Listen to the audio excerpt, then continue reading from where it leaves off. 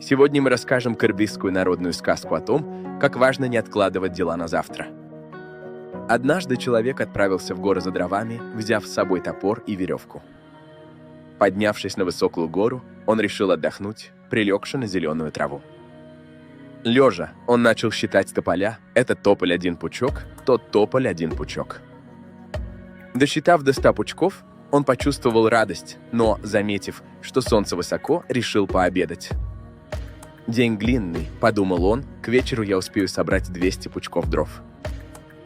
Насытившись, он снова прилег и продолжил считать тополя, достигнув 200. Когда начало смеркаться, он очнулся. Ох, уже поздно. Ну что ж, завтра тоже будет день. Взяв топор и веревку, он поспешил домой без единого пучка дров.